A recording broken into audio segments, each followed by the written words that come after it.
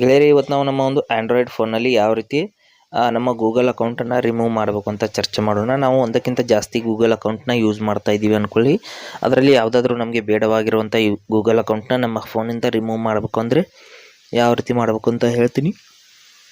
ಅದಕ್ಕಾಗಿ ನಮ್ಮ ಫೋನಲ್ಲಿ ಮೊದಲು ಸೆಟ್ಟಿಂಗ್ಸ್ನ ಓಪನ್ ಮಾಡ್ಕೋಬೇಕಾಗುತ್ತೆ. ನಮ್ಮ ಆಂಡ್ರಾಯ್ಡ್ ಫೋನಲ್ಲಿ ಇಲ್ಲಿ ಇದೆ ನೋಡಿ, ಸೆಟ್ಟಿಂಗ್ಸ್ ಅಂತ ಓಪನ್ ಮಾಡ್ಕೊಳ್ಳಿ. ಸೆಟ್ಟಿಂಗ್ಸ್ನ ಓಪನ್ ಮಾಡಿದ ನಂತರದಲ್ಲಿ ಕೆಳಗಡೆ ಹೋಗಿಬಿಟ್ಟು ಅಕೌಂಟ್ಸ್ ಅಂತ ಒಂದು ಆಪ್ಷನ್ ಇರುತ್ತೆ, ಅದನ್ನು ಓಪನ್ ಮಾಡ್ಕೋಬೇಕಾಗುತ್ತೆ. ಇಲ್ಲೇ ಸ್ವಲ್ಪ ಹುಡುಕಿದ್ರೆ ಸಿಕ್ಕಿಬಿಡುತ್ತೆ. ಇಲ್ಲಿ ನೋಡ್ತಾ ಇರ್ಬೋದು ಅಕೌಂಟ್ಸ್ ಅಂತ ಇಲ್ಲಿದೆ.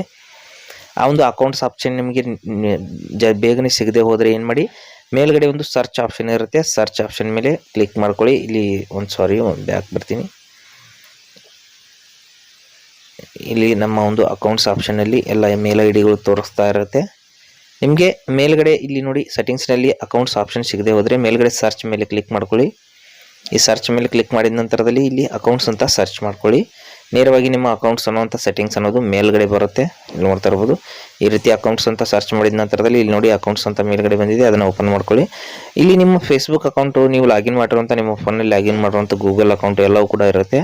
ನೀವು ಯಾವ ಒಂದು ಗೂಗಲ್ ಅಕೌಂಟ್ನ ರಿಮೂವ್ ಮಾಡ್ತಾ ಇದ್ದೀರಾ ಅದರ ಮೇಲೆ ಕ್ಲಿಕ್ ಮಾಡ್ಕೊಳ್ಳಿ. ಮಾಡಿದ ನಂತರದಲ್ಲಿ ಇಲ್ಲಿ ರಿಮೂವ್ ಅಕೌಂಟ್ ಅಂತ ಕ್ಲಿಕ್ ಮಾಡ್ಕೊಳ್ಳಿ. ಇಲ್ಲಿದೆ ನೋಡಿ ರಿಮೂವ್ ಅಕೌಂಟ್ ಅನ್ನೋಂಥ ಆಪ್ಷನು.